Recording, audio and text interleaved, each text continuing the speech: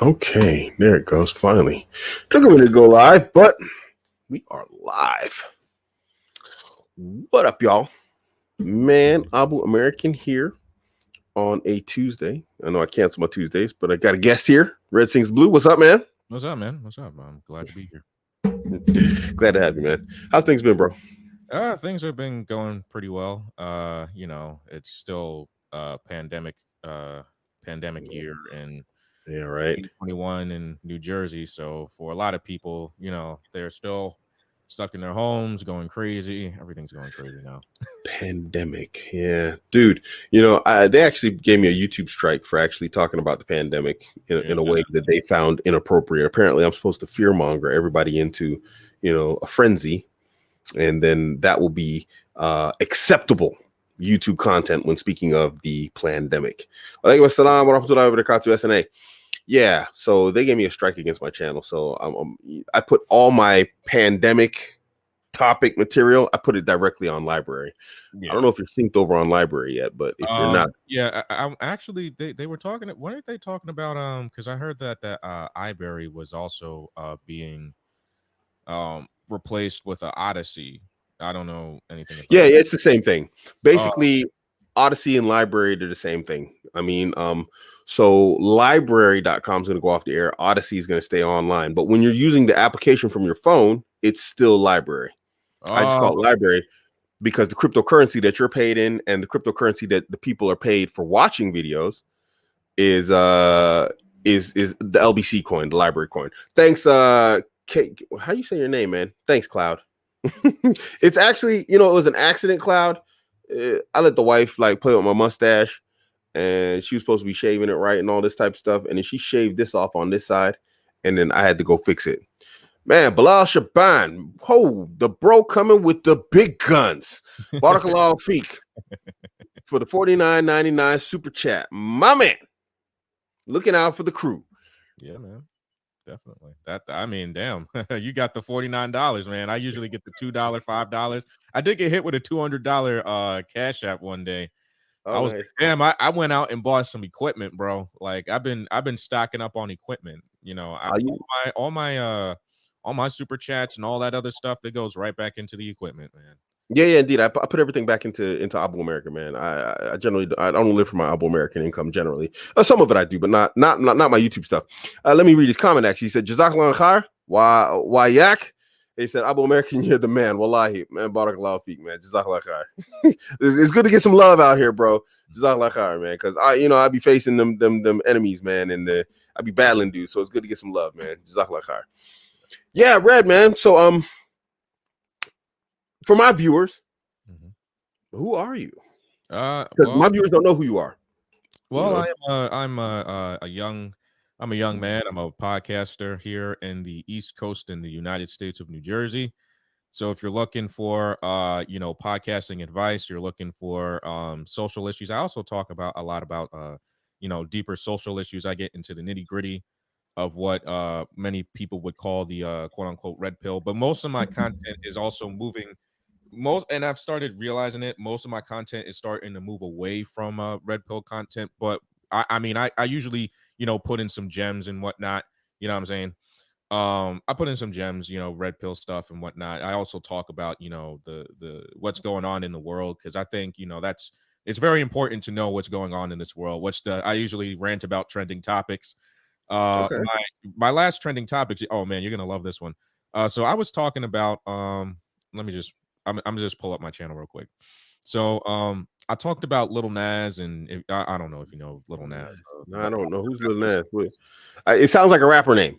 Yeah, he is a rapper. He did a music video called Montero, and that's that devil guy, the yeah, kid with the yeah, shoes. yeah. Okay, yeah. I mean, everybody hated that video, bro. Like when that shit almost went viral. That video blew up in 2 weeks. When I did it. The Kid Cudi video with him, the guy wearing a dress, the rapper wearing a dress, that got 2,000 views. So I'm well hated in on YouTube. I'm well hated. Very underrated, well hated. But because of your critique of Little Nas, this is Little Nas. Well, my critique of things. I also, I've been critiquing, certain people in the red pill. They don't, certain people in the community, they don't like to be challenged. But Okay. I challenge everybody. I challenge everything. You know what I'm saying? You just don't stay where you are. Yeah. Okay. Nice. Everybody has an agenda, but it's also, you got to know what you're getting into. You know what I'm saying? So once, yeah. I mean, so what was the synopsis, man? I mean, I didn't really cover the Lil Nas thing because I don't really get into like these topics like this. I mean, I was just like, yo, that kid, he definitely didn't have a daddy in his life, and that was basically the sum up of my entire of his situation. What did you conclude? Well, I just concluded. I was like, oh boy. I was more or less like, yeah, look, for black men, I'm not really down with this. You know what I'm saying? I don't want to be considered, one of those guys that I guess a lot of people said, oh, you're what do people like to say? They like to say to me, you're not a, you're toxic. You're toxic because you're not accepting of this. I was like, well, I mean, I'm a black man, and when I am a because I'm a black man here in America, you know what I'm saying? We already got a tough time with things over here, you know what I'm saying? But it's even worse, being put on the same pedestal as other black men that are doing different things, that are doing progressive, quote unquote, progressive things, you know what I'm saying? Well, there's two things that I've seen take place recently. And I saw a video by an African American male. He's a podcaster of some sort. It was sent to me recently on Instagram by my jiu-jitsu coach. And he said, we got two things happening here. We have the emasculation of African American males. Yeah. Apparently, American media likes to emasculate African American males. Yeah, because they already did it. They already did it to the white ones. They don't need to do it to the white males anymore because they already did it. You know what I'm saying? Well, that's the second part. Yeah. So it's like we already emasculated the white men, so now it's on to the black men. And then when black and for black men, we're not going to stand up for it. And or once it happens to the Hispanics and then the Arabics and then everybody else is going to get it. Like you just think it's just going to stop at the white men. No, they're going to go everywhere. Well, the black guy, the black podcaster, he held that white men hadn't been entirely emasculated yet. And he said basically his entire video was like, white men, you are done. You are finished. And he says, and not because you're racist, not because you're pro-Trump, not because of this, not because of that. He says it's because you are in the way of the coming agenda. And it's like basically when you look at people who have like high, nationalistic ideas and concepts, of protecting family, the unified family, is like white families and white men are the last border in the Western world to that. And says, and since you stand in the way of that objective of destroying the West, you are going to be destroyed. It's like, let there be no doubt, no question that you are going to be rolled over. And so that was his entire thing. And so he was basically saying this entire agenda that we're seeing right now, especially like trying to make, white guys look stupid and foolish and whatever else, despite the simple fact we have to accept, whether people want to hear it or not, whether people want to accept it or not, we all live in a white patriarchy or the shell of a white patriarchy. Those guys need to be destroyed if you're going to bring into play whatever you want to bring into play. You're not going to really get far unless you really, destroy it. And I'll say this, man, and I'm looking at it from a perspective. A lot of people won't be down with it, and especially the women. Women say one thing, but they mean another. You know what I'm saying? They vote with their hoo-ha. They vote with their hoo-ha, but they'll say, "Oh, I like that nice sweet guy. I like this guy who's touchy-feely," and then they're not banging those guys. They're not marrying those guys. They're not banging those guys. So I'm not gonna do that, man. What also I found very interesting is that when it came down to what was it, the women that there was a woman on I was on Instagram, Coach Greg Adams. I follow him on on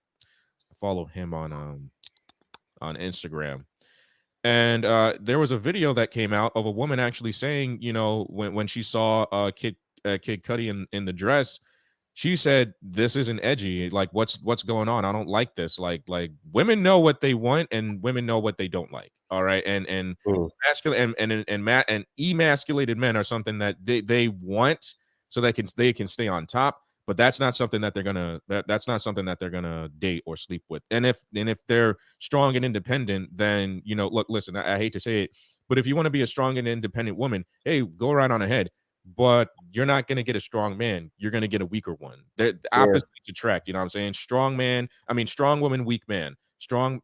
I'm not even trying to say that. Dominant man, submissive woman. You know what I'm saying? yeah, indeed.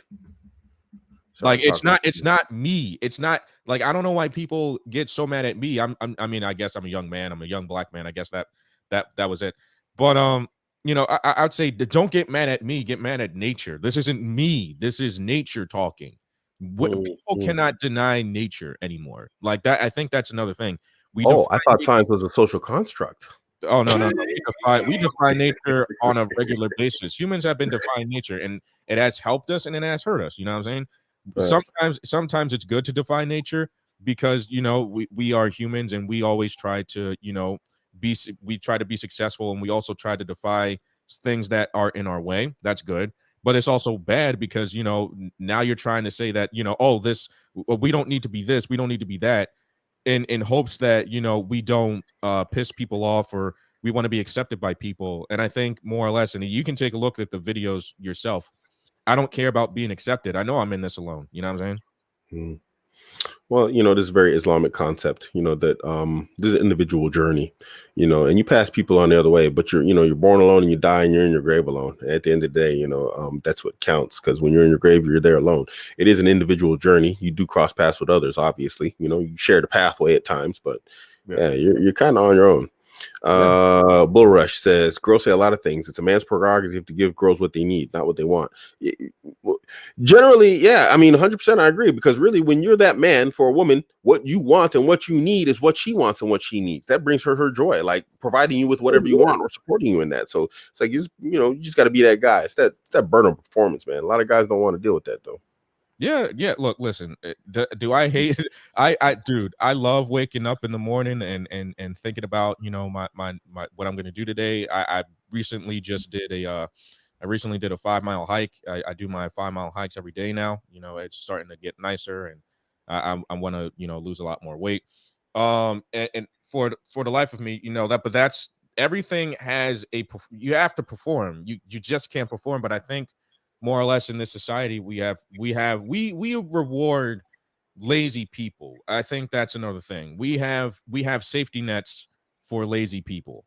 And something, look, listen, there is a need for, I would say, yes, there is a need for, certain things, right? If you are down and out, all right, there should be a certain safety net. But then when you start abusing it, it's like, all right, we're gonna have to talk about this, because even I have a problem with people that are fucking lazy. Oh, excuse me, I didn't mean to demonetize you. Like I have a problem with lazy people because I'm not a lazy person. I have this, I struggle a lot. I'm a young man. I'm 25 going on 26, but I'm also, building ventures. We were just talking in the back about me and my sister owning this house, right? Because Yeah, my parents are leaving. So now we're gonna become the owners. I'm gonna take care of the maintenance of the house, and then hopefully sell this for even more, right? And then start flipping more houses. You know what I'm saying? But I've also learned how to do these things, not just being in the entertainment industry. I've also learned how to do these things. But you know, uh, look, listen, with everything comes a sacrifice, and everything comes something. But I think for a lot of people, we want to be a lot more lazier because we have all these luxuries, and also we have computers as well. Because we have an abundance of technology, information, and stuff like that. I guess you can say that people have gotten lazier, men and women on both sides. yeah, yeah. But this comes from the entire like generation of people who were like, everyone gets a first place prize. You Yeah, know, yeah. um, Oh, trust me, man. I was one of those people until I figured it out. But I right. figured it out more.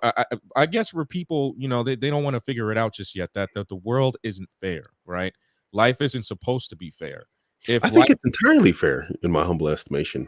Mhm. It's just because fairness is subjective a lot of times. And when I say subjective, I mean everybody thinks. I'll give you an example. There was a competition for a LBC miner for library coin, and there was competition on the manufacturer of that miner for that particular cryptocurrency. So the conditions were you had to be a previous customer and you had to have the most likes. So I got something like 1.7 thousand likes, and other people were getting likes, whatever else. Guys with 3 likes were complaining as to why they should have won against guys who got 900, 1,700. You know what I mean? So in his sense, the entire competition was unfair. So fairness to a degree is subjective. Right. But obviously, fairness actually has to do a lot of work, a lot of like whatever else. I mean, it is fair. Like the example of everybody winning first place. Like I'd say it's fair in the sense that the guy who worked harder usually wins unless there was cheating taking place. Right. Right. But I would also interject and say that there is there's merit comes into play. How bad do you want things? I think, it's fair. It's fair because you put in the work. When people want to forget merit, and I see this all the time, people want to forget merit because, okay, merit means that I have to have the qualifications. Merit means I have to put in the work. Merit means I have to show up. I have to do this. I have to do that. And things shouldn't be that way. Because I was taught that, merit. Working hard is working hard is difficult. All right, look at me. All right, people say to me, okay, you should be here, but I'm okay where I'm not saying I'm okay where I am, but I know I'm building myself up. I work hard every single day. I give quality content, not quantity content. You know what I'm saying? I change up my ideas. I change up, what I say. I change up things because I want people to get a better perspective, to understand the world. You know what I'm saying? But for other people, I think it's just the easy way out. I think people just say, you know what, it's just easier for me to say the same thing on this merit, and I can just make money off of that. And for, like I said before, people are lazy, man. It's just, I think more or less people want to be lazy. We have rewarded laziness. Laziness is put up on a pedestal, and for certain people, working hard, it's just, I mean, I don't know what it is, but I just think I can tell you what it is. Yeah, Bull Rush says it right here. He says the quality of outcome, not opportunity. Yes, exactly. Right. I want opportunity. Stay out of my way. Give me the opportunity. Don't get in my way. And don't obstruct my progression. If I fail, I fail. If I win, I win. Let me win. But you know what I think? I agree with you. It has to do with laziness. And one thing I always say, Germany has a real problem here. Germany taxes are extra high because of socialism. So I'm not only paying for the costs of my family, I'm paying for the costs of some guy out there who probably can work but chooses not to. And a lot of times, these people will end up making more money than I do. It's the weirdest thing in the world. Like my ex-wife, she stayed unemployed for 11 years and cashed in 3,000 euros a month. Now you got to imagine that's about 3,600 US dollars a month just chilling at home for 11 years. 11 years. What is your incentive to improve or do better when she knows with her qualifications she's not going to go out into the working world and make that much money at 40 hours a week? What's her incentive to go out and work? So, but anyway, one of the things I think is we, and this is going to sound bad. I'm not a eugenist, not entirely. I'm about 60% eugenist. But basically, I'm a Muslim, so obviously I don't believe in creation. I mean, I'm a creationist, so basically, but at the same time, I do believe in survival of the fittest. And one thing that I think needs to take place is Germany, all of Europe actually needs to just basically shut off the tap to everybody, all these bums, just shut off the money and say, hey, you know what? For the next 10 years, we're going to start this up in 10 more years. I'd even say 5. We're going to start this whole socialism thing again in 5 more years. But until then, winter is coming. Oh yeah. Oh, dude. I'm telling you, man. In New Jersey, the property rates are high here. I think that's why me and my sister, we're gonna, take our parents' house, because you're sitting on $250,000, man. I'm just like to just give that up. I thought about it. I was like, wait a minute, why would I want to give this up? I can I can maintain this house and flip it for even more money. So I'm saying, wait a minute, no, this sounds like a good idea, because if I walk away from money, I'm thinking stupid. You know what I'm saying? I could bank. I can make bank off of this house. So, and then make bank off of other houses, which I started doing, right? And in New Jersey, a lot of the people who were getting union representation and pensions, they're leaving. Okay, because I mean, they voted their politicians that were supporting their unions and their tenures and whatnot, and now they're leaving. Now they're leaving, guys like me with the bill. All right. And only and New Jersey treats me like crap, right? I'm surprised that New York even gave me a higher cut in my taxes than New Jersey. And New Jersey was just like you make more money. There you go. There's you. There is you. And I'm like, all right, cool. All right, that's why I'm leaving this bitch. Like I'm going to after this. I think if we this brings us into a greater conversation. It kind of brings us back to the conversation we were having earlier, which is white patriarchy to a degree. I mean, this is not the topic, but it just brings us this entire conversation back. Right. Why do so few people, aka, the white West, run so much of the world? And you know what it is? It's environmental pressures. There wasn't always socialism in Germany and Europe and whatever else where, white Europeans busted out and just kind of took over the world. And there was the European winter. And so what did that mean? That mean everyone had to actually be apex in their environment to survive. A German winter is brutal. It's 2020 with all my comforts and technology and everything I have. German winters are brutal. It's brutal on your hardware in terms of your car. It's brutal on you as an individual. It is rough. You take away socialism out of this country and people are going to have to work to survive. And those people who do survive, they're going to be apex humans. They're not going to be regular people. They're going to be people who they have either toughness or they have knowledge and skills, aka intelligence, or they're going to be people who are tough and intelligent. But you're not going to have a bunch of lazy bums surviving out here. They're going to flee or they're going to die. And I think, like I said, that's the 60% eugenist in me talking. I think we need a little bit of that in the world. But I will say you kind of are seeing that happen a little bit. Over here, I see it a lot, but I think people don't really look at it in a certain way. But I think, we are active. I mean, people don't, I think, are unconscious about it, but in this, we're going to call it the thing that we're going through. We're going to call it the tough winter, the year-long winter, we're going to call it. In the year-long winter, let's call it that. It has activated something in which has been primo for quite a while. It has activated what is known as the survival of the fittest. Now, can you say? Now, I will say this: with all the safety, the social safety nets that we have, has it kind of not helped us? Yeah, it hasn't helped us because we still have those safety nets, right? People are still being helped out, but you're also seeing something in which you haven't seen before, and this is why you got the doomer pill and all that other stuff, is that the strong will survive and the weak will die. So if you weren't getting laid then, you're not getting laid now. All right. And for most of you who are trying to start relationships or stuff like that, good luck with that, because over here it's gotten a lot worse. Trust and believe. Like the dating market here, you thought it was bad. Now, oh, trust me, I'm in the battlefield. It's a whole lot worse.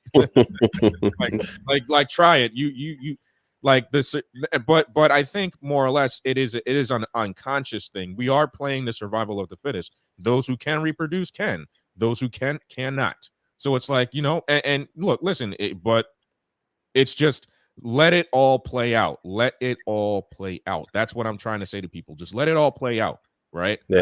When it's all said and done, watch everything go back to normal, right? Because right about now, you are seeing exactly who you are, like how you would actually survive. Most guys wouldn't survive in this. I agree. I think we're seeing also a shift. I don't know how it's going to play out. I think it's going to be pretty significant.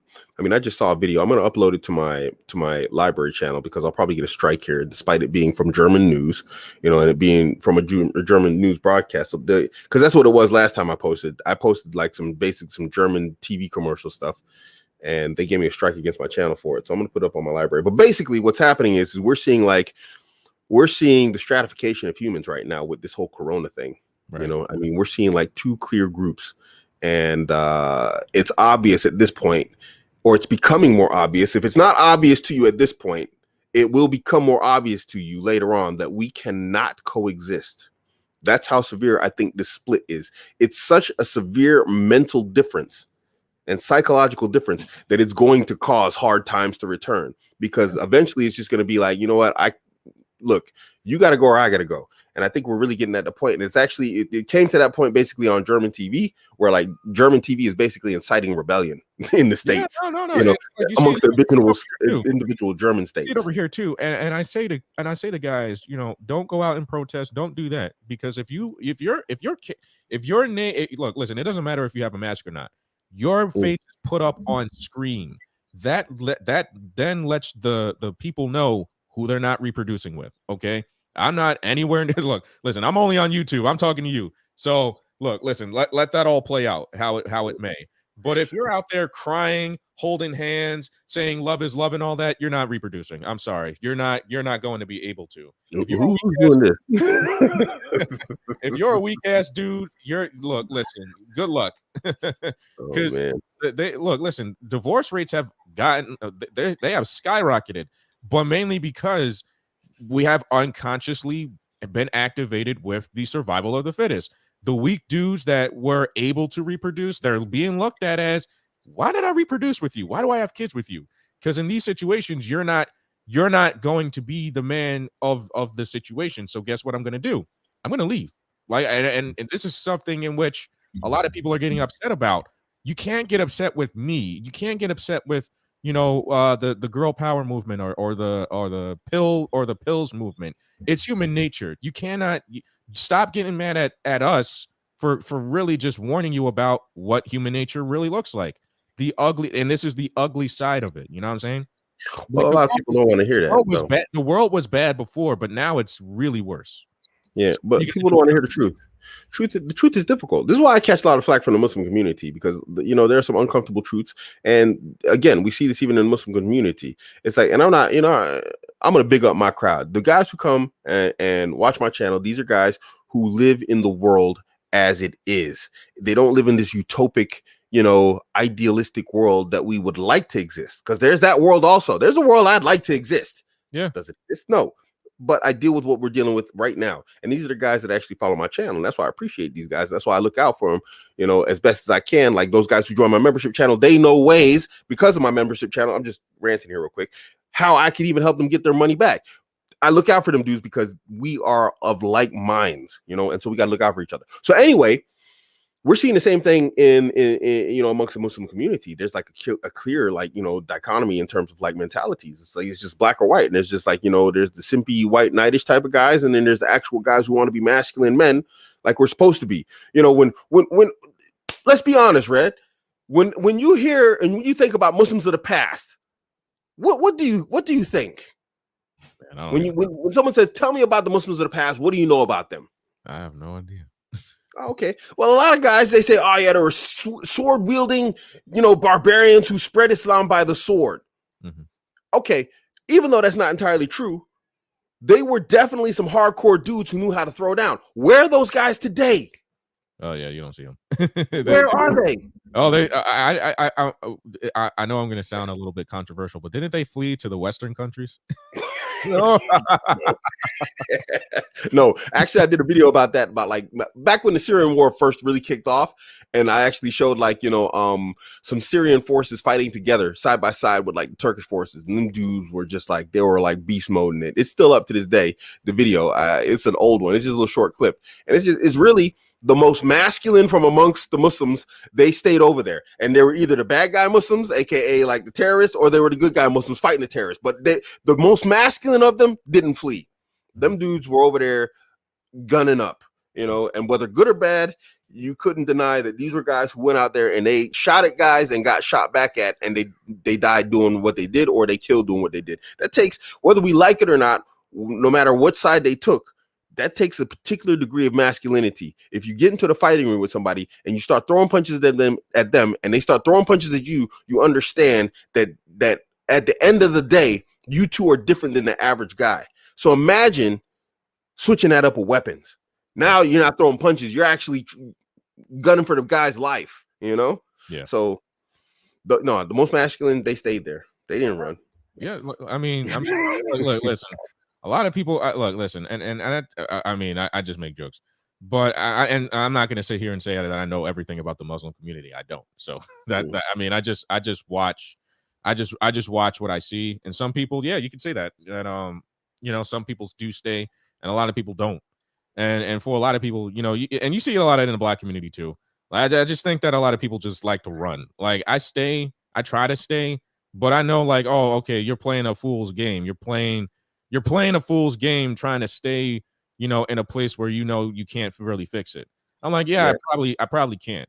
But if I give you guys the tools and I sit back and watch you guys try to put it together, maybe then I've done my job, because at least then I know that you're trying, right? Yeah. And a lot of people will say, well, you know, oh, red sings the blues, you sound like a white dude and all this other stuff. Nigga, I don't care. Like, I mean, look, listen, I've been called worse. Look, I've heard retards call me better names than that. Yeah. I mean, bro, yeah, I don't even know what to say. I mean, yeah, preach. That's all I can say. Look, listen, man, like I can sit here all day and start to listen. I have a rant coming up tonight about how, you know, interracial relationships are looked at, and I'm gonna piss a lot of black people off, black men off about that, because I've been seeing in this space that in this in the manosphere, because I know you're not in it anymore, but I just see in the manosphere how I just see how in the manosphere that black men are just like, oh well, you know, like what, you know, fuck black women, but white women are this and that. I'm like, how many white women have you been around? Like, I mean, are you joking? Like you like niggas be changing up like we're tough guys on the internet, and then Tom Dubois on the other side trying to get these white women. It's like, you know, look, listen, I don't put women up on a pedestal at all. That's not what I do. I don't want to do that. And you know, for me, you know, the whole interracial thing for me is pretty much overrated. I've gotten to the point where, you know, like I've banged, you know, many different, you know, cultures of women that I'm like, yeah, this whole thing's kind of, you know, just overrated. You know what I'm saying? Like, I don't even care about it. Like, I don't know why you guys take of importance of why you should date outside your race. I understand it, but then I'm just like, you guys are going to become Tom Dubois in less than a year. Trust and believe. Already been there, done that. Got the t-shirt for it. Yeah. You know, this is an interesting conversation in this sense, because you know the black community is a special one. It's interesting. It's an interesting one, and that's why I stay out of it, because there really, when you look at it, there's not a lot of common sense taking place in the discussions, except unless you're Kevin Samuels. You know, yeah. I mean, he's really actually, this guy, he just asked a question right here. Is race mixing a good or bad thing? And I'm actually getting into this right here. This is what I want to mention right here in this conversation. I'm just trying to formulate my thoughts on it. There's not a lot of common sense in the conversation. But when it comes down to like white women, this woman, that woman, whatever woman, I mean, really at the end of the day, women are women. I mean, my story, I think, is well known. You know, the reason why I'm good with women is because I realize that women are women. And how I came to this, just for a quick story, in case anybody hasn't heard this before, I don't know if you've heard it before. I was married to 3 different women. I was married to a Somali, I was married to a Kenyan, and I was married to a German. And these were women that had 3 different religions at one point. They all became Muslim. They had 3 different languages with 3 different unique cultures. You know, there was nothing that combined them. There was nothing that binded them other than being female. And at one point, I was like, how are these women not communicating with each other? Because they didn't speak to each other. I said, but they're saying the exact same thing and behaving in the exact same ways. Right. And so I came to the conclusion that there's 2 things that are unique here, that are uniquely combined here. That was me and femaleness. Mm-hmm. I was like, so, okay, so they're having a woman reaction to something that I am doing. Mm-hmm. And they're all reacting the same way. So that means I actually somehow control female behavior, because if I, with my actions, which at that point were to me were unknown, if I can cause a universal reaction between women who are different ethnicities, speak different languages, different religions originally, you know what I'm saying? Different, just everything about them is different, including body sizes. If I can elicit a unique, equal, you know, and similar response from each one of them, then there has to be something here that, you know. So really, and black men, they take that out of the equation. They don't even think about that. You know, they're coming from it from a more socialistic, like, you know, really, to be honest, most of the black manosphere, they're dealing with the topic of women from the same direction and conversation points as women. And they're not looking at it from the biological aspect and how they actually affect the way that the women respond to them. Right. You know, No, I they're can. not looking Yeah. at it like that. I've As for race, sorry, let me answer this question real quick. As for race mixing, man, it don't matter. I don't care, man. Yeah, man. You know, there's that. I heard this song on the radio. And he said, "I ain't got no type. Bad bitches is the only thing that I like." Basically, I mean, for me, I don't think it matters. I mean, you know, and when it comes down to humanity, look, listen, I'll say this right here: men are the most diverse creatures on the face of the planet. It doesn't matter. You can put a man will say, "All right, this is my type," but put different types of women, different types of colors, butt ass naked, right in front of him. That nigga, that nigga be like look. Listen, men don't pass up women, but women will pass up men for a general reason, for a biological reason, right? Like again, women want guys that, you know, fit in their programming, right? Women have different programming, but they're still women at the end of the day. So women will say they like strong dudes, so they'll mate with strong dudes. Some women will mate with the smart ones. Some women will like it's different, you know. Like that's what I've been learning as I've been dating women. It's all different, you know. Like look, they're different, but all the same, you know. Yeah. But as for race mixing, I mean, I don't think it matters. I mean, the way that human genetics is made, is designed as by a law, the best attributes usually tend to come out. You know, like I'm half Indian, I'm half black. I got really good genetics. My brother got really good genetics. You should see him. He's a good looking, you know, fit guy also. My sons, they're half German and they're half of what I am. And you should see my sons. I mean, you know, I picked their mother well. You know, she's you know, Hitler's dream girl. And my sons turned out to be like very tall, broad shoulders, very muscular, wiry, muscular young men, super intelligent. I have to say they're more intelligent than I am. Alhamdulillah, I'm quite pleased with that. You know, sometimes I'm just sitting there looking, I'm like, okay, dude, hey, you know what, you just handle it and whatever. So, I mean, generally, race mixing doesn't matter in my opinion, because generally the way that the laws design humanity is that, you know, our biology accepts the best of both parents and it puts them together in the offspring. Right. And why would it matter? For me, I never said that race mixing was a bad thing. I'm not even saying is it good or bad. I'm indifferent to it, more or less. Not saying, oh, because I hate people. It's just more or less like, okay, I understand it. You know, like I said, again, I'm a more diverse person when it comes down to women. I have zero preference. Well, I do have a preference. I mean, she can't be fat, but that's the thing. All right, obviously. But the thing is, like, all right, race, color, creed, you know, it still feels the same way. You know what I'm saying? Like you enter in and it's like, oh, it's the same thing. Like, why am I doing this? But you know, for I guess how we are socially putting interracial relationships it's a business. You know what I'm saying? Yeah. If you watch, and this is just for the media, I'm talking about, because I work in the entertainment industry. There is a high percentage of people wanting the fantasy of a interracial relationship. They are put up white man, black woman, black man, white woman. You see this in commercials. It makes you want to buy things. It makes you want to live out that fantasy. That's why the media is a very powerful tool. You know what I'm saying? And that's why I work in it, because I know that it is a powerful tool. And with that powerful tool, you can change people's minds. You know what I'm saying? Or you can challenge people's preconceived notions about things that they have always wanted. There is it's for advertisements. And also a lot of interracial relationships, when sex is out of the question, when sex is put down, you're gonna actually have a lot more. You're gonna have a lot harder time, because you're dealing with different cultures. You're dealing with even considering different languages. I had to deal with Spanish, and also I've also had to deal with Swahili. Fair enough. There was a woman, and I'll talk about this tonight. There was a young woman. She was 18. And I was a grade down from her. We used to hate each other, right? And she was a mixture of, she was beautiful, my friend. Mixture of Moroccan and Siberian. Okay. Oh my That's a god, this woman weird was like, mix. it was a weird mix, but oh my god, if you saw her, she was, oh my god, that dropped it. I would, dude, just blue pilled simp days, man, blue pilled simp days. All right, these are my blue pilled simp days. But if you were to see her, oh my god, drop dead gorgeous, right?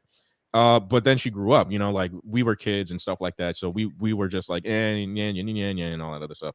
Then she grew up and the dynamic changed. Like we hated each other, but then when we saw each other, I was doing sports at the time and she was just developing. She was, developing. And then we saw each other again. I was like, dude, she was thick and all this other stuff. I was like, she was keeping herself in the gym. I was like, my eye, like the cartoon, boing, boing, boing, like my eyes just popping out of my head and stuff like that. That's the Healy side of the family keeping her thick. I know, right? I know, my Kenyan girl was Swahili. My Kenyan girl spoke Swahili. So yeah, I was like, oh man, oh my I know. Caramel brown skin, brunette hair. Oh my god, natural hair, everything, man. I'm telling you, man. Oh my god. But like we went on a few dates and stuff like that, and then the family got involved, right? And the family knew about me, right? And they knew who I was because I was working in the entertainment industry, and people talk, right? They knew me before I could even get in the door, right? And they said to me, you have to, practice, you have to give up eating meat. I wasn't doing that, all right. They because they were strict, right? They're strict family, right? Had to give up meat. I had to learn the language and all that other stuff to get inside even though like.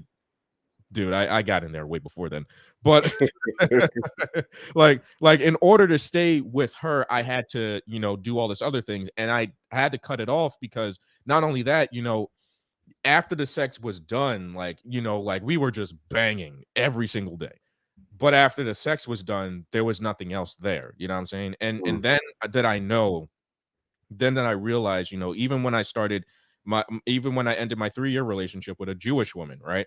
Did I realize that, that there needs to be some, first off, masculinity is really, really important because what you just said is that when you don't have that, when you know that you're in charge of them, and I know that sounds bad. I know that sounds controversial. I know that sounds non-PC, but men are in charge of the cool women that come into their lives. You know what I'm saying? Women are in charge of who they freaking sleep with, and they're not doing a good job with it. Okay. They're terrible. And the thing is too, it's like, all right, when I figured that out, and then I also realized there was no common ground. There was like everything that we did had zero common ground. So the sex was great, but Jesus Christ, there's nothing there. Like there's no personality, there's nothing. It's just I'm looking at a body, and hell yeah, man, I would shit. If I was going back to my simp days, I'd do it again, but Jesus Christ. But now I've realized that, I have to, upgrade my standards. I have to upgrade myself because, and it's not because, oh, the red pill told me so. It's not because of that. It's more or less because as I grow older, I do have to have a certain amount of standards, you know what I'm saying? And it doesn't matter the woman. It doesn't matter the race of woman. It doesn't matter. If nothing is there and she's not going to listen to you, why the hell are you dicking her down? Well, one thing I agree and I kind of disagree, and I'll explain. Okay. I wanted to say this. Actually, I absolutely agree that when you deal with different cultural women, there is like huge gaps. Right. There's massive gaps in like understandings, communication, the way you communicate, body language, even like the way you might gesture as an American will be conceived differently, or construed differently. There's a lot of issues, and when it comes to family, generally just deal with family like I just ain't gonna go well, but I'm gonna try and make it go well. And usually, it doesn't go well because they're looking at you like an outsider, But where I disagree with is when you get yourself a girl that's really into you and she's from a different culture, being from a different culture actually makes for like an interesting relationship. And I'll explain why. Because I do this because none of my girls are from the same culture as me. They're all from different. I don't deal with American women. I rarely deal with Western women. Okay. I would talk about like some recent changes, but we'll get to that for other shows. But so like Ling's from Indonesia. She's also like significantly younger than me. So when it comes down to like media and pop culture, our worlds are like so far apart. So I'll crack a Tom and Jerry joke that she'll completely look at me like, But an American would be like, you know what I'm saying? Yeah, As yeah, I talk about Speedy Gonzalez, she's looking like, who's Speedy Gonzalez? yeah. And, you know, because my personality is cocky, funny, and everything, and she's really into me. I like, yeah, come here, sit down. Like, you know, I'll go over the whole thing, show her the joke, and then she'll actually like laugh harder because now she understands the joke. So it actually gives you at times when you don't have conversation points and anything to really talk to your girl about, you know, and they need that stuff. It gives you actually an opportunity to actually like, you know, cue her up on culture, whatever else. You crack some joke, like Belle Biv DeVoe. I don't know if you remember Belle Biv DeVoe. You might be too young for that.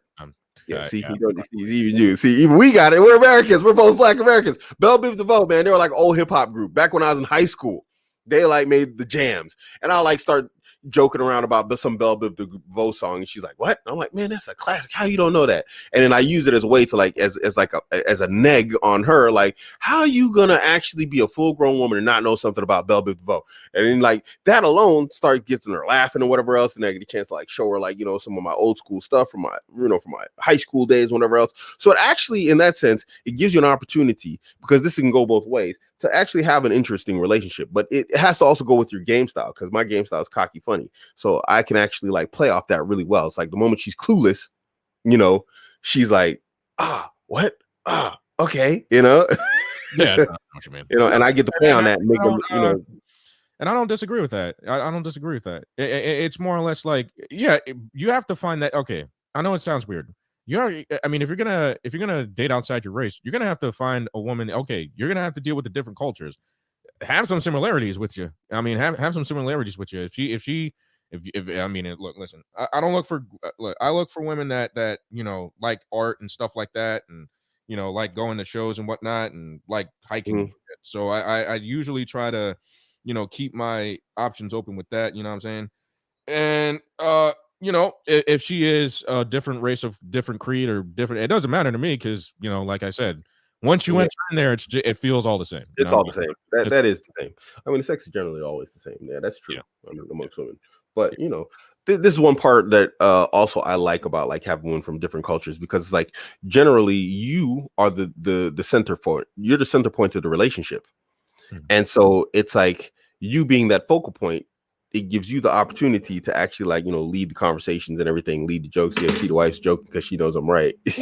Yeah, yeah. Always for the chat laughing because she knows I'm right. I'll be clowning her, you know. Mhm. So how you not know that? How you gonna be? And then you know, just guys, this is some game tips for like long term game, because this is like relationship, like wife game.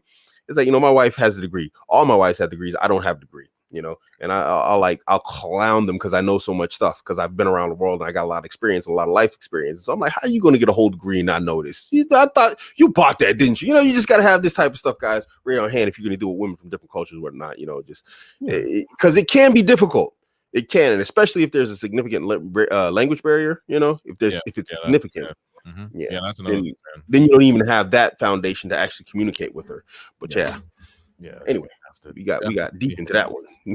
yeah, man. You're gonna have to definitely. There's a lot of things about, you know, interracial relationships in which I've been like, all right, would I do it again? Yeah, I would. But there's a lot of things in which I'm gonna have to you know, work on myself about, you know what I'm saying? Yeah, but like I also say, you know, oh, and you know, and then I hear from black women, oh, you don't date black women anymore. Oh, you don't like black women. I said, I never said that.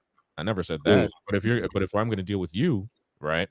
Just like you have standards, I'm gonna have standards for you. Just don't think that I'm gonna just say, oh, okay, you know, and for me, like I only if I was to deal with black women, they're from the islands or Africa.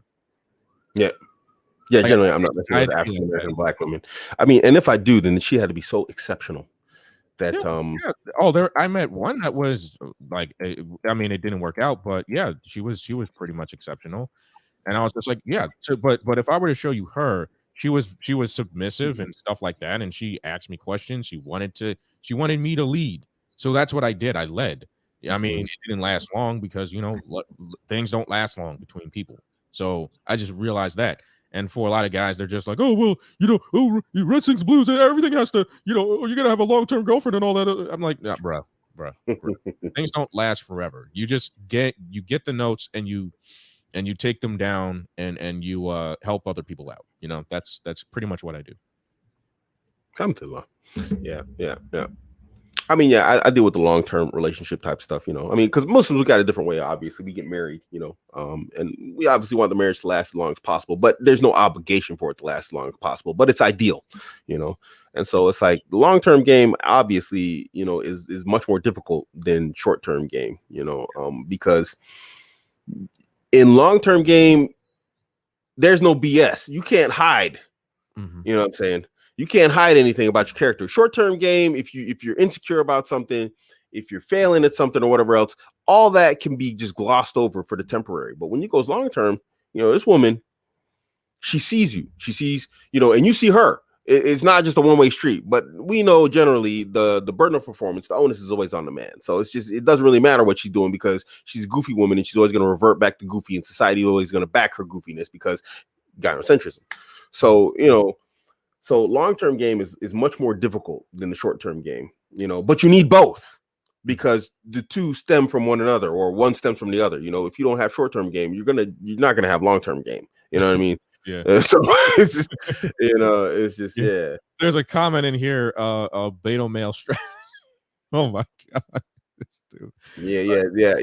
I don't know who this dude is. I don't know if he's a troll or whatnot, but he's a regular. I think I've seen him before. I think I've seen him from over from the Doomer Pill side. I think that's where he comes from. He says, y'all not messing with the African American women because of BLM, liberal equality beliefs. I'm not saying that's not a factor of it. I'm not saying that isn't a thing, but I'm just saying, like, I only deal with black women that are feminine, and there's only a handful of them. So if she's feminine, we'll work stuff out. You know what I'm saying? But if she's like overtly masculine, like if I find out she was twerking in the streets with a Black Lives Matter shirt on, look, listen, I'm not saying we won't have a good time, but that's all you're gonna be good for. And for most and for some, if not most, black women, they're comfortable with being the side chick. So it's more or less or being dogged out by the white dude. It's like what some woman said it. Have you ever seen ghettogaggers.com? I was like, yeah, when I was watching porn, yeah, I've seen Ghetto Gaggers. So I mean, yeah, don't watch it. Don't. Like what Ghetto Gaggers, I can put it together in my head that it's nothing I'd probably put on my watch list. Yeah, don't no, I've seen it before. I'm like, yeah, no. No, not doing that. Oh, Saeed asked me a question. Saeed, this question for Friday, man. Come on Friday with this one. Eben Phillips show. And that's the time for this question, my brother. Yeah, man. You know, this whole masculine thing with American women is a real problem. I mean, well, African American women in specific, you know, it's a real problem, man. And the thing is, unlike men, African American or otherwise, there's nowhere for women to go to. You've got a few guys out there, you know, helping women who are really not helping women, aka Derek Jan, you know, a few other guys out there, you know, or Derek Jackson, whatever the heck his name is. I mean, I think we all saw that fiasco and how that played out. Team Jackson, what's happening? So I mean, there's no one out there actually helping women to like improve themselves. And it's actually quite the opposite. We have a lot of society out here telling women they don't need to change. And they're progressively getting worse, not better. And then we've got society telling them they don't need to change. And so what we find is an improvement side of men taking place, but a lack of improvement taking place on the female side. Mm-hmm. And so there's not a huge disconnect where it's just like, okay, I'll say this too, because I want to, you know, kind of bring this up, and I've been seeing it for a little bit, because and I know this is gonna sound, I know people are gonna yell at me for this one. When I see Kevin Samuels, right, and he talks about high value men, and we all watched Kevin Samuels before. Yeah. You know, Kevin Samuels, he's blowing up on YouTube. He's almost at he's almost at 1 million subscribers. The first guy in the manosphere to get 1 million subscribers. It's unbelievable what he's doing. Which is really unbelievable.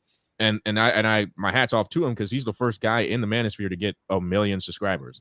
But when it comes down to that, you know, you got these women you know, talking about how they want a high value men and all that stuff.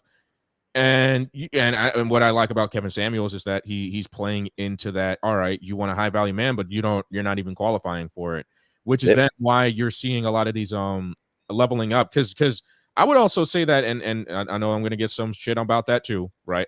Look, listen, I know I'm going to get some shit about it, we had the game dudes and we've had the level up and we had the level up women. So, the game dudes created the level up women. The level up women are now trying to get the high value men. The high value men is like, so now, and you said it before, that, red pill and feminism need each other to survive. Right. Yep. And I'm actually going to make a rant about that next week. Like red pill and feminism need each other to survive, because without the game, without guys running game, there's no women trying to level up. Without women trying to level up, there wouldn't be high value men. Without high value men, you wouldn't have high value women now. So now it's like everybody needs people to survive, and it's just more or less where coming to terms with that is hard to do. You know what I'm saying? Yeah. Or giving up a position of power is very, very difficult as well. Don't give up your power. Yeah. The red pill world, man. I wrote an article about how about what you spoke about there. I no longer have the articles up on my website, but I wrote about how red pill and feminism at times mirror one another, just from the opposite ends of the gender spectrum. And I gave an example. It's like, feminism attacks feminine women who are stay-at-home moms, following their biological imperative, and they call them, doormats, slaves, this, that, the other, stupid, and whatever else, and idiots, And then on the opposite end of the spectrum, you have the red pill world that tells guys who want to follow their masculine imperative, that you're a simp, you're a cook, you're this, you're that, if you want to like have a wife and raise a family, And so it's like what you find is two ends of the gender spectrum shaming men. So women shaming women and men shaming men for actually, meeting each other in the middle, for those few people who actually want to do it and who do it, successfully, making, just these, generic tropistic attacks, for following their biological imperative. They never look at whether or not it's succeeding or not, whether these people are happy or not. They don't really care. It's just, you got a wife, you're a simp, you're a cook, you're this, you're that. You're a stay-at-home mom or you're stay-at-home wife, you're an idiot, you're a slave, you're a doormat, whatever else. And so it's like they're working hand in hand to destroy families in general, you know. And this is one of the points that made me walk away from like basically calling myself red pill, because it's like, as a Muslim, this is not something I can really groove with. This is not something I can really get down with, I mean, obviously not everybody in the red pill world does this. We got like Rollo Tomasi, respect to him. Guy I respect. I consider him a friend. He's a married man. He's in the red pill zone, I mean, he's a married man. He's been married for a long time. So obviously not everybody is out here, kicking that crazy game, but you got a lot of guys who are, and it's not really conducive to anything really when we look at like our society and how it was built. It's not conducive. But then they even had an answer for this. You can't save the West. Well, okay, fine, man. Let the barbarians in. Just open the gates and let the barbarians in. I mean, open the gates. Yeah. But also another thing too is that when you say when guys say stuff like that, it's no brainer why women are just women have gotten away with certain things. It's like, oh well, I'm not going to do anything about it. Okay, well, men don't do that. Yeah, men don't just give up. I mean, in certain cases, when the going really gets tough, men get going. You know what I'm saying? Tough men, strong ass dudes get going. You know what I'm saying? They will hold their ground until they die. You know what I'm saying? But if you're gonna be like, well, I quit. All right. So then women look at that and they say, all right, well, we give up too. Hey, look, the door swings both ways. But I know, like I said, I guess that's why a lot of people have disagreed with me. I guess that's why people are so reluctant to hit the subscribe button on my channel, because I talk about the things in which guys don't talk about here in the red pill. And I know that I've interviewed you a couple months ago, and I'm pretty sure you were reluctant to interview with me, and I get no, not at all. I'm used to being a bad guy.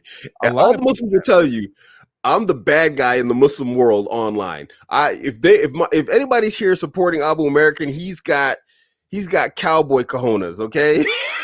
It's because I'm like toxic. Not toxic as in my personality, but it's like it's kind of dangerous in that sense to be associated with Abuamerican as a Muslim. Guys, I got a bad reputation. I don't know if I earned it, but I tell you, people, they really they man, Right. they don't like me. So I know. I like this question from BMS strategies. Yeah, I'm yeah. sorry, bro, I can't with the name. You guys are killing me I with know the it's crazy, right? you got.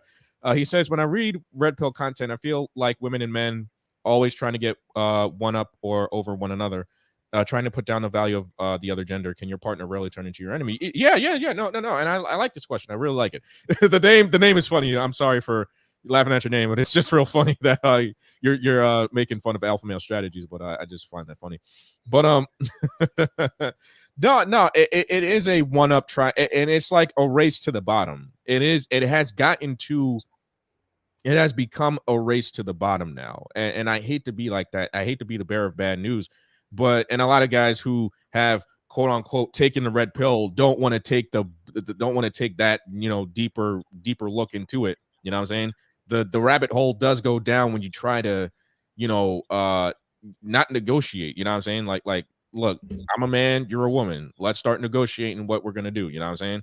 In order to build a house, there needs to be negotiations made. There needs to be blueprints and all that other stuff, right? But we're not trying to do that. We're trying to one up each other, which is why game exists, leveling up exists, Derek Jackson exists, Kevin Samuels exists. If it wasn't for that, niggas would be out of job. Yeah. This is one of the problems, and I talked about this. I call it red pill rot. And the red pill, has a lot of truth to it. I don't crap on it or anything, but I do call it red pill rot. You better not, dude. You better not. I respect a lot of guys in the sphere. I got a lot of homies in there. I'm a red pill aware guy myself, man. No, I don't care. Yeah, I don't but care. You see where I am. Where I am in life. I don't care.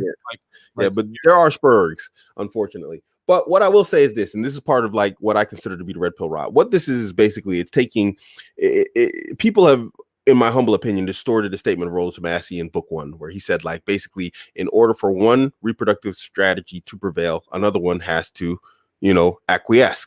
So either the female reproductive strategy wins or the male reproductive strategy wins. And so basically, when you just this like non-nuanced mentality towards this statement, which is a very true statement, it leads to this one-upmanship in terms of like a gender battle, and obviously that's going to exist no matter what. A man's going to want multiple women, a woman's going to want lock down a man and have monogamous. There is going to be a battle. It is true that one is going to have to acquiesce to the other, but it's not really this like entire like combative type mentality situation that a lot of guys make it out to be in the sense of like the way you see some of these dudes behaving, and so there's that.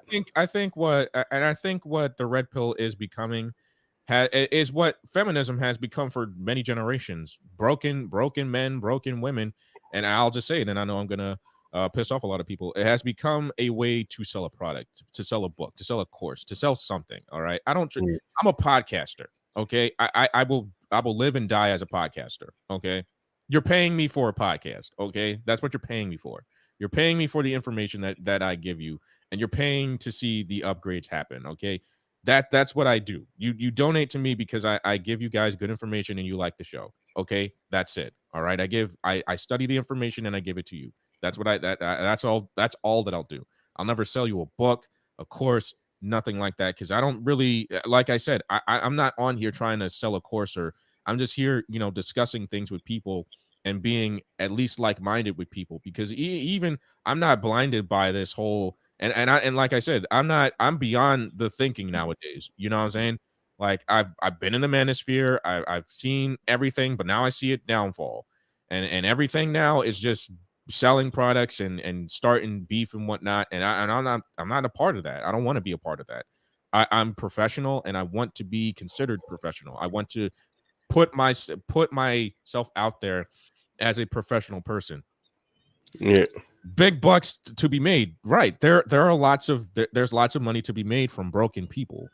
Feminism has its broken people, and the red pill has its broken people. Many of monies to be made, right? Cash, dollar bills, y'all, and that's what it honestly started to become. It's more or less like it used to be about male improvement, but now it's more or less about vanity and government, and now inner circles. But this happens with any community, any social circle. And this is just, we cannot refute this, and a lot of people want to. We try to be brothers, but we're not. We try to be, the women try to be sisterhoods with each other, but they're not. We are surviving. We are, again, running through the survival of the fittest. Whoever's at the top, it's a race to the top and also a race to the bottom. Okay, they're going to be winners and losers. You're just going to have to deal with it. You know, I want to comment on this right here. He says Alpha Male Strategy charges $450 for a half-hour Skype session. You know, I charge pretty high for half-hour and 45 minutes sessions also. And you know why? Because I don't want people to buy it. You know, people request it and I don't want people to buy it. You know, basically what you're doing is you're trading, you know, the hours and the minutes of your life for dollars. And that's less than ideal. Listen, let me tell you something. One-to-one sessions, they're very stressful. They're very difficult to deal with. Stressful. And nobody wants to do it. I don't want to do it, and that's why I charge a lot, and that's why, you know, I get so few. You know, back when my one-to-one sessions were cheap, you know, I got a lot. I raised the price, and it stopped, and I have my life back. Because if you don't charge a lot for one-to-one sessions, people will first off always, and you'd be amazed at how many people hit me up on Instagram, how many people hit me up on Twitter, how many people hit me up left and right, asking all these questions, basically trying to get a free one-to-one. And what they don't realize what they're doing is they're not respecting my time. They're not respecting that I have a life, that I have multiple wives. I have 9 children, you know what I mean? That I have like work I do, shows, whatever, that I offer them for free. They're showing that they don't appreciate your time. They don't appreciate your life, you know, because basically it's like when I start answering, like I could show you my inbox today and there's like 5 new questions today. And people are basically asking me one-to-one session questions. Well, I charge a lot because it's like, you know, okay, well then if you want the hours of my life, then pay for it, you know, because literally it's the hours of my life, you know, they're worth something to me, you know, and then a lot of people are asking questions that they have answers to. I do the same thing. I do the same on the entire volumes of what I've provided for free on my YouTube channel. So why shouldn't he charge that much? Right. Is more like a question. Also, I mean, I've been getting into people have been hitting me up with podcasting questions and consultations. I said, all right, 30 minutes for 30, 120 for an hour. You know what I'm saying? And I'm just saying, and I have to, and once that price, and once I start getting more people, price is getting raised. Why? Because my time is valuable. I have a life outside of this. I have other art projects in which I have to do. I haven't finished all of them. I've been waiting a whole year for the weather to get beautiful again. And I also do Red Sings the Blues. I do my own podcast. So, you know, my time is valuable. And if you're going to waste my time, then why are you paying me money? You know what I'm saying? Like, and also know this too. Like, you know how, you know, and like you said, it is stressful dealing with somebody's life. You realize that I'm not a therapist. You realize that you can go to therapy and even certain therapists can't help you out. Like, dude, all this stuff that you're talking to me, you can literally go to a therapist about. The only difference between a dating coach and a therapist is that a dating coach will do the same thing in which a therapist would do, but they're going to charge you more for it. And not only that, they're not going to charge you insurance. You know, here, this is a good point right here. He says the thing is the mentality. There's also many free advice out there, but it may overwhelm some people, and you might not take the free advice. But if you pay, you will follow the advice and stick to it. This is very true, and this is my experience, and this is another reason why I charge. You know, and I think it's important for guys who are actually going to do one-to-one consultations. I think they either should do them and charge a lot or don't do them at all. Is people that I lived in London. And so when I lived in London, I made friends, obviously. And those friends, they never took my advice. I gave them advice. One guy took my advice and he turned out like, man, I love him to death. He's a geeky, nerdy programmer. He's literally a programmer with big glasses. You know, he looks like a programmer as you would imagine him on like a cartoon. And he got the bombest sisters in London. Wallahi, this brother, I was like, man, bro, you landed that. I'm like, I need to stop giving you notes and you find out where you fishing at, bro. That's how good he did. He was the only one who took my advice well for free. But everybody else, bar none, that I gave free advice to, they never followed it. Every person that I charged, they followed the advice to the letter and it's helped them. You know, but the people that you give them free advice to, man, they never listen. And then they always come to you and they want free help. And when we tell them the price, they don't want it. So it's a good filter of people in terms of quality, because people who actually who's gonna bullshit you and who isn't gonna bullshit you. Now this comes into what like Rollo Tomasi and whatnot was talking about on what was the show called? Rule Zero, vetting your guru, for lack of a better term. you know. And now, are you going to get good advice? Because you can pay money, Yeah. you know, but are you going to get good advice? And that's what's important there. Are you going to get good advice? You know. Yeah, that's the thing. Yeah. That's the thing. I mean, you got to keep that. You got to keep everything into an account. And I think for the most part, and I think this happens to go on in the red pill, is that you can put red pill in the name, which is why I said red sings the blues. I didn't say red pill and the blue pill combined. I said red sings the blues. Yeah. That in turn says to you, okay, you know what I talk about, right? You know you know the name, so you know what you're gonna get, right?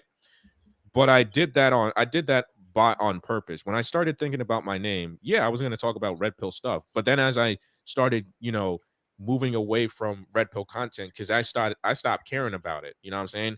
Did Mhm. I want to talk about other things? And yeah, do I talk about, red pill philosophy? Yeah, I do. But I also wanted to say something. I also wanted to create a name that said to me, all right, how am I gonna sell this? My favorite movie is Lady Sings the Blues, and I haven't gotten a chance to watch the new Billie Holiday movie. But Red sings the I said, wait, hold on, Lady Sings the Blues. Okay, I'm talking about, and I started thinking about the name really quickly. I was like, Red Sings the Blues. You know what? That's actually a good name. And I brought it up to my friends. I was like, Red Sings the Blues. That's actually a really good name because, like, okay, red pill guy, blue. It's like, all right, the blues is like, it's like telling it's, how when people sing the blues, they're singing about how, depressive a life is, or maybe just telling the truth. You know what I'm saying? Yeah. That's how I came up with the name, that's where my name comes from. Viking Paradigm drops it. My personal experience also, like I said before, he said, for years I tried to tell folks about how to build streaming PCs and home networks for streaming. It wasn't until I was going to sell the info in a course that guys started to use it to their advantage. People don't appreciate something free. If you Yeah. give it away for free, people don't really appreciate it, and it's Yep. unfortunate. Yep. Man, we're up on an hour and 10 minutes, man. I usually don't go for an hour because I got my family locked up in this place. I'm looking for a new place. I think we were talking about this. I'm talking about buying a new house, guys. Guys, you got to tell me, man. I might put up a poll on my channel. I'm looking at buying a house. It's a pretty penny. It's like $500,000 British pounds, but man, it is massive. It's got like its own lake. It's got its own river, but apparently it's one of the most haunted houses in all of the UK. I still want it. It's way underpriced. You should see this place. It's a freaking castle. It's a literal castle and mansion together with like an entire lake. I could build a moat around my house for all the Abuamerican haters. Build a moat around there and put. Yeah. Should I buy a haunted house, guys? Y'all gotta help me out, man. I don't know if I should go for the haunted house. I'm thinking about buying a haunted house, man. I might end up in the UK living in a haunted house. That makes some that makes some good videos though. Some ghosts running around shaking a curtain behind me in the middle of some broadcast or something. But anyway, man, I got my family trapped up in this room, man. They have patience with me and the shows and whatnot. Yeah, So and Red Man, how can people find you, man? They want to find you. you know what? I'll just put my link in the just YouTube All right. at Red Sings the Blues. I will also put the link to the channel. So YouTube Red Sings the Blues, and then hold on one second. I'm gonna just leave my link to the channel. Hey, you know what? He said, Dash says it could be a gin. Yeah, it's definitely a gin. That's actually a good way to keep my haters away. They definitely won't come around the house. I'll stick the gin on them instead of having some, like you have the dogs in the Simpsons, that rich guy, Mr. Burns is his name. I think his name. You stick the dogs on the Simpsons. I'll stick the gin on people. I'm like, get him. He ain't got an invitation. Yeah, man. Yeah, just YouTube Red Sings the Blues, and I'll just leave the the link to them. When you And drop it, I'll post it here. Yeah, definitely subscribe to me, man. I've been blowing up for the past week and a half. Okay, nice. I don't see the link though. I want to post it, but I don't see the link. Oh, really? You don't see the link? Put it in the private chat. You know what? Sometimes YouTube blocks links. Yeah, so put it in the private chat, and then I'll put it up. Too. Yeah. Here you go. So yeah, there we go. I also just leave up the YouTube at Red Blues. If you want to catch them, there it is right there. It's in the chat. You can check out the show. And okay, yeah, YouTube Red Sings the Blues. So let me copy that. Guys, thanks for tuning in. The next show is on what's today? Tuesday. The next show is on Thursday. That's gonna be Bad Boys with my man JW. Ain't got a topic, but If you guys got suggestions, hit me up, drop it in the chat, especially if you're channel members. You guys can hit me up directly in the chat on the channel members, and anybody else, just hit me up on Twitter. You guys know where to find me. Give me some ideas, because coming up with ideas is always difficult. You know, we're doing this like multiple times a week. It's like I feel like I'm running the same topics into the dirt. So, all right, guys, thanks for coming. Red Sings the Blues. We got to do this again sometime in the future. No problem, man. Next month. Let's do next month. All right, let's do it, man. We'll do it on your channel this time. No problem, man. All right, bro. We'll see you. All right, guys, we're out. Peace out.